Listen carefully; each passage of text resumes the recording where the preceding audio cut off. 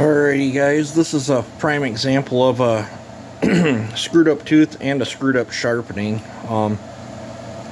One of the local shops around here did this guy's chain up and completely, I've already fixed that side, but completely fubarred this guy's chain. Here's one I've already fixed. I got cobwebs on it, but there's my version. This is just a work chain too. There's the local competition's version. When they're hammered over like that and goofed up C or whatever, you ain't got no choice but to take quite a bit out. So this is a pretty healthy cut, but at these I'll come in and I'll just start going gentle into it, because you don't have no choice. You got to go in here and fix the tooth.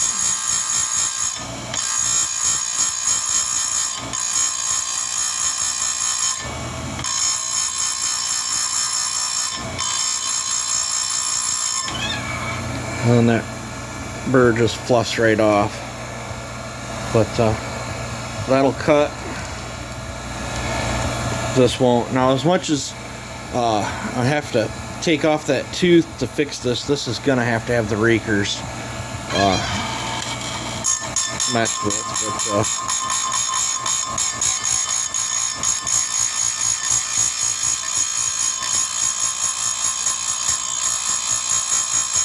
But this is where the CBN wheel is real nice.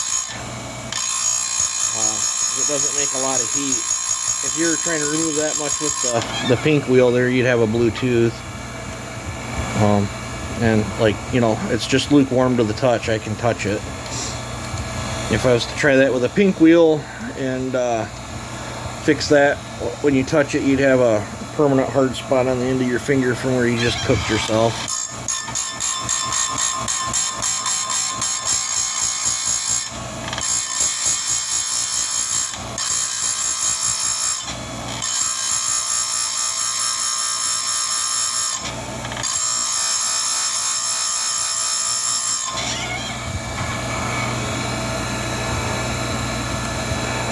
I'm trying to only take off what I need to fix the tooth,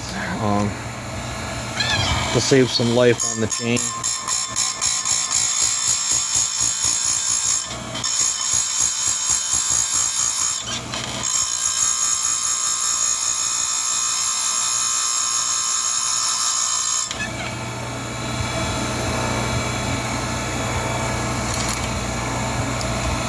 Even though I'm attacking this pretty hard, the burr still fluffs off. That's what you want. If you can't touch that burr and it fall off, you're not doing it right.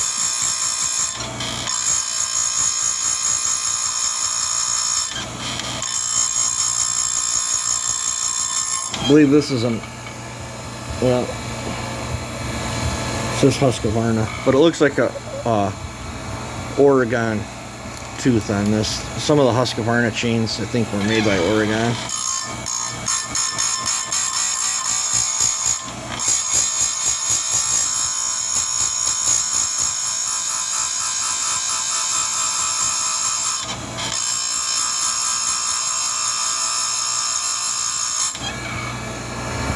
See how that just rubs off with my finger? Man, that's a pretty hideous looking tooth.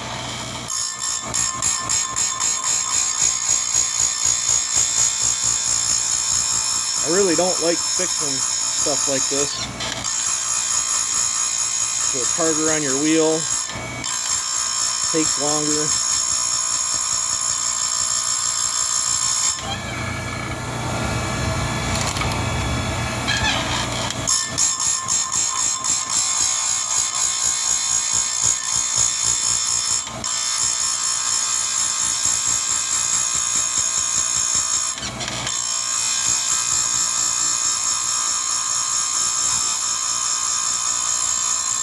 So that one's got a big burr there, but you just touch it.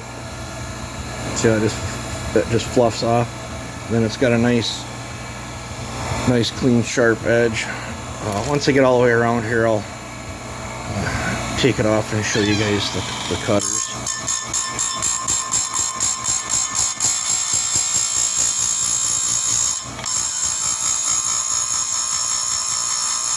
I don't think I'll ever get used to doing this looking through a screen.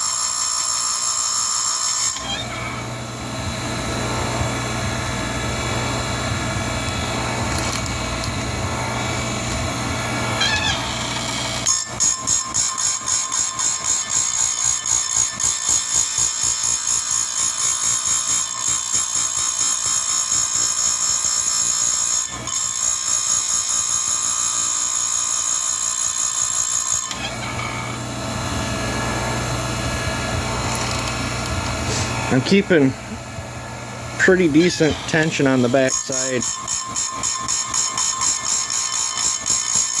And as I'm getting the tooth away, I'm letting up on the tension a little bit, letting it come forward into it on its own accord. That way I can feather right into it.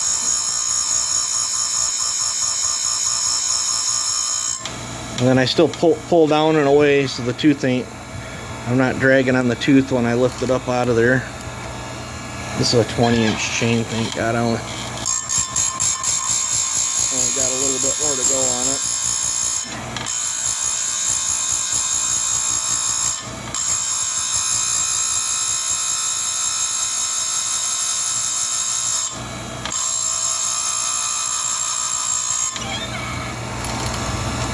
Sometimes that burr will just fly off from the air pressure.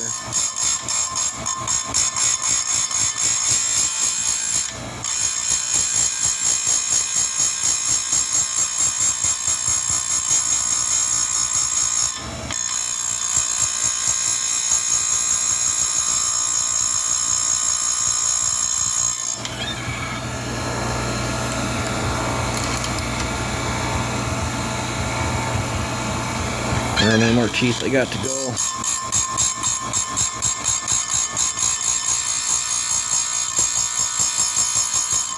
These ones take a little bit longer to do because you're finessing the tooth.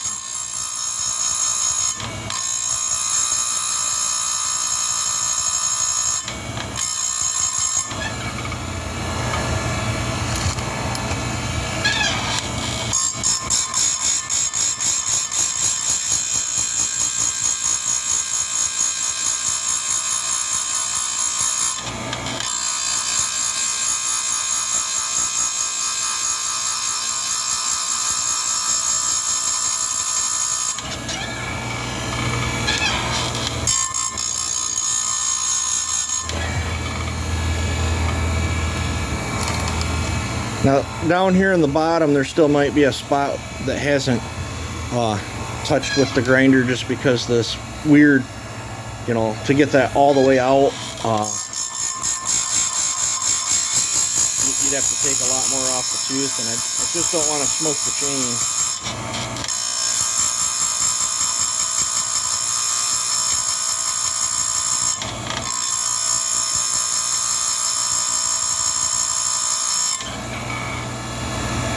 In reality, from the top of that, the whole top plate, the edge of that to where that starts to slope down is the only spots that truthfully need to get touched. I mean, it's nice to have the whole, you know, the whole gullet look nice and clean, but sometimes you have to get that on the next sharpening when they're screwed up this bad.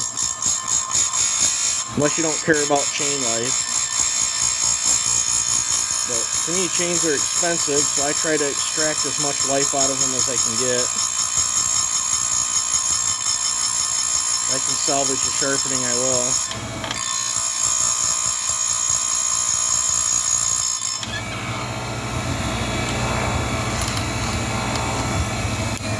All right, looks like I got them all. Let me zoom out of here, lift my glasses up so I can see through the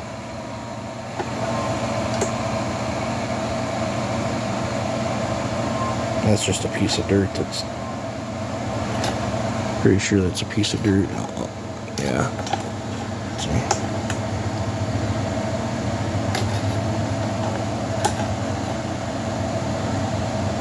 This is 50 on the back, 25 and straight. This is just a work chain. But once I get the rakers adjusted on this, probably set them at 20, 25. I am absolutely 100% sure that this chain will cut. So that's how you fix a real screwed up chain from a local shop. I got 4 more to do. So I'm going to call that a video on this. You guys take it easy and have a good one.